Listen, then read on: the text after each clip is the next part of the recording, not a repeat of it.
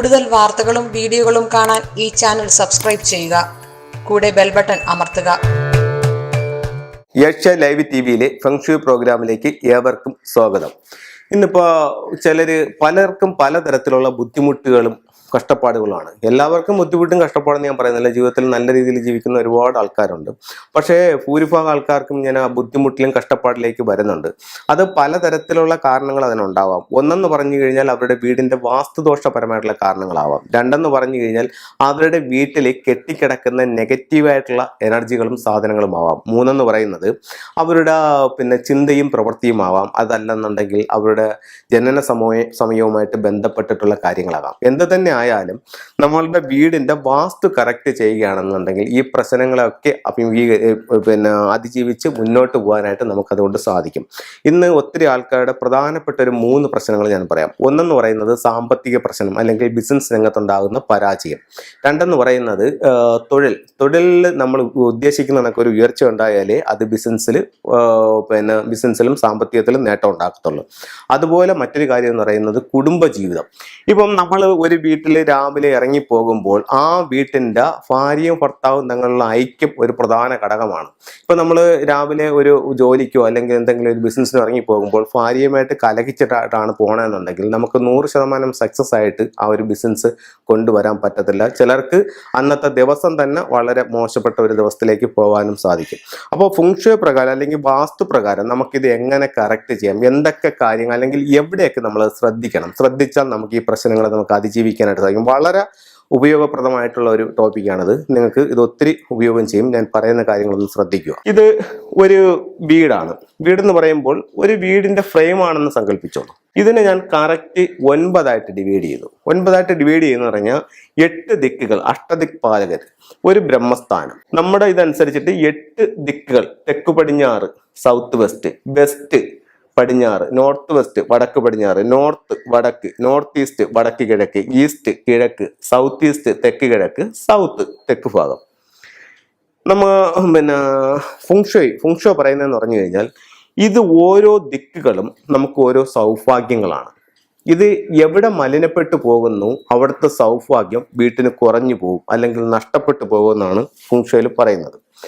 അപ്പോൾ വീടിൻ്റെ ഭാര്യയും ഭർത്താവും തങ്ങളിലുള്ള ഐക്യം, സ്നേഹം, അവരുടെ കുടുംബജീവിതം അല്ലെങ്കിൽ വിവാഹം എന്നീ കാര്യങ്ങളുടെ ദിക്കെന്ന് പറയുന്നത് ഏതൊരു വീടിൻ്റെയും സൗത്ത് വെസ്റ്റ് കോർണറായ കന്നിമൂലയാണ്. അപ്പോൾ നമുക്ക് തെക്ക് പടിഞ്ഞാറ് ഭാഗത്ത് നമുക്ക് ബന്ധങ്ങളുടെ ഏരിയ. അപ്പോൾ ഈ ഭാഗത്ത് ഒരു പ്രോബ്ലം വന്നു കഴിഞ്ഞാൽ ഉറപ്പായിട്ട് നമ്മളത് ബാധിക്കും. അപ്പം അതുകൊണ്ട് ഇപ്പൊ തെക്ക് പടിഞ്ഞാറ് ഭാഗം നമ്മൾ ശ്രദ്ധിക്കുക.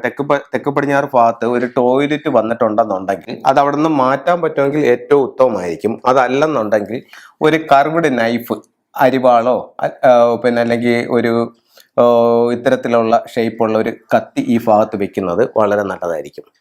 അത് കഴിഞ്ഞിട്ട് തെക്ക് പടിഞ്ഞാറ് ഭാഗത്ത് സൗത്ത് വെസ്റ്റിൽ ഒരു റെഡ് ലൈറ്റ് കൊടുക്കുന്നതും ഇത്തരം പ്രശ്നങ്ങൾക്ക് നല്ലതായിരിക്കും. അപ്പോൾ കപ്പിൾസിൻ്റെ ഐക്യത്തിന് ഒക്കെ ഇത് നല്ലതായിരിക്കും. അപ്പം ഇവിടെ സൗത്ത് വെസ്റ്റിൽ ഒരു റെഡ് ലൈറ്റ് കൊടുക്കാം. സൗത്ത് വെസ്റ്റിൽ ടോയ്ലറ്റ് ഉണ്ടെങ്കിൽ അവിടെ ഒരു ഇത്തരം ഷേപ്പുള്ള ഒരു കർവ്ഡ് നൈഫ് അവിടെ വെക്കുന്നത് നല്ലതായിരിക്കും. അത് കഴിഞ്ഞിട്ട് അപ്പോൾ അത് ഫാമിലിയുടെ ഐക്യത്തിന് നല്ലതാണ്. പിന്നെ ചെയ്യാവുന്ന ഒരു കാര്യം എന്ന് പറഞ്ഞാൽ ഇവരുടെ ബെഡ്റൂമിൻ്റെ സൗത്ത് വെസ്റ്റ് കോർണറിൽ ഒരു ജോഡി മണ്ടേരിയൻ ഡക്സിന്റെ സ്റ്റാച്ചു വെക്കുന്നതും ഈ കപ്പിൾസ് തങ്ങളുടെ ഐക്യത്തിന് വളരെ നല്ലതാണ്. അടുത്തത് നമുക്ക് ഇത് കുടുംബത്തിന്റെ ഐക്യമുണ്ടായി. അടുത്തത് നമുക്ക് തൊഴിലിൽ വർധനമുണ്ടാണ്. അപ്പം ഏതൊരു വീടിന്റെയും തൊഴിലിന്റെ ദിക്കെന്ന് പറയുന്നത് നോർത്ത് ഭാഗമാണ്. അപ്പൊ നോർത്ത് ഭാഗത്ത് നമുക്ക് ടോയ്ലറ്റ് ഉണ്ടെന്നുണ്ടെങ്കിൽ അത് തൊഴിൽ സംബന്ധമായിട്ട് തടസ്സം ഉണ്ടാക്കും. പ്രൊമോഷനില്ല, തൊഴിലിലെന്നും പ്രശ്നങ്ങൾ, അങ്ങനെയുള്ള കാര്യങ്ങൾ വടക്ക് ഭാഗത്തുനിന്ന് ഉണ്ടാവും. അപ്പോൾ അത്തരത്തിൽ പ്രശ്നം ഉണ്ടെന്നുണ്ടെങ്കിൽ ഈ വടക്ക് ഭാഗത്തെ ടോയ്ലറ്റിനകത്ത് ഒരു പ്ലാന്റ് വെക്കുന്നത് നല്ലതായിരിക്കും. വടക്ക് വശത്തെ ടോയ്ലറ്റിനകത്ത് ഈ പ്ലാന്റ് എന്ന് പറയുന്നത് മണി പ്ലാന്റോ ലക്കി ബാമ്പോ ആകരുത്. കാരണം ഇത് രണ്ടും നമ്മൾ വെൽത്തിന് വേണ്ടി വെക്കുന്ന പ്ലാന്റുകളാണ്. വേറെ എന്തെങ്കിലും തരത്തിലുള്ള പ്ലാന്റ് അതിനകത്ത് വെക്കുന്നത് നല്ലതായിരിക്കും. അതല്ലെന്നുണ്ടെങ്കിൽ ഇവിടെ ഒരു ഗ്രീൻ ലൈറ്റ് കൊടുക്കാം. ഗ്രീൻ ലൈറ്റാണ് കൊടുക്കുന്നതെങ്കിൽ ഫുൾ ടൈം ഇത് കത്തിച്ചിടുന്നത് നല്ലതായിരിക്കും. അപ്പോൾ നമുക്കിവിടെ ഒരു പ്രോബ്ലം വന്നു. ഇനി വീടിൻ്റെ പുറത്ത് വടക്ക് ഭാഗത്ത് ഒരു റൗണ്ട് റിങ് വെച്ചിട്ട് ഇവിടെ വാട്ടർ ആക്ടിവേഷൻ ചെയ്യുന്നത് തൊഴിൽപരമായിട്ട് നമുക്ക് വർധനവുണ്ടാവും. തെക്ക് പടിഞ്ഞാറ് ഭാഗം നമ്മൾ കറക്റ്റ് ചെയ്തു. കപ്പിൾസിൻ്റെ ഐക്യം, കുടുംബത്തിൻ്റെ മുന്നോട്ടുള്ള ഇത്, വിവാഹം. വടക്ക് തൊഴിലിനെ നമ്മൾ ആക്ടിവേറ്റ് ചെയ്തു. അടുത്തത് നമുക്ക് വേണ്ടത് സമ്പത്താണ്. സമ്പത്തിൻ്റെ ദിക്കെന്ന് പറയുന്നത് സൗത്ത് ഈസ്റ്റ് ആണ്.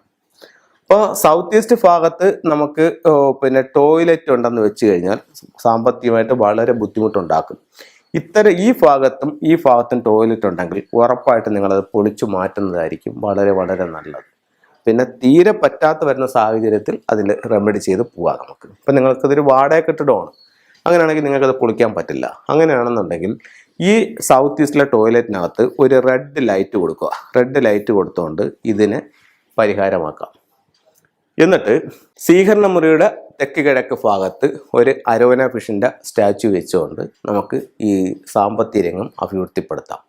വീടിൻ്റെ പുറത്ത് തെക്ക് കിഴക്ക് ഭാഗത്ത് ഒരു ലക്കി ബാമ്പു ചെടി വയ്ക്കുന്നത് നല്ലതാണ്. അപ്പോൾ നമുക്ക് കുടുംബ പ്രശ്നം, തൊഴിൽ പ്രശ്നം, സാമ്പത്തിക പ്രശ്നം, ഈ 3 കാര്യങ്ങൾ ഈ 3 ഡയറക്ഷൻ ഉപയോഗിച്ചുകൊണ്ട് നമുക്ക് കറക്റ്റ് ചെയ്യാനായിട്ട് സാധിക്കും. അപ്പോൾ അങ്ങനെയാണെന്നുണ്ടെങ്കിൽ ഈ പ്രശ്നങ്ങളെ അതിജീവിക്കാനും നല്ലൊരു ജീവിതം മുന്നോട്ട് നയിക്കാനുമായിട്ട് നിങ്ങൾക്ക് എല്ലാ സൗഭാഗ്യങ്ങളും ഉണ്ടാവട്ടെ എന്ന് പ്രാർത്ഥിച്ചുകൊണ്ട് നിർത്തുന്നു. നന്ദി, നമസ്കാരം.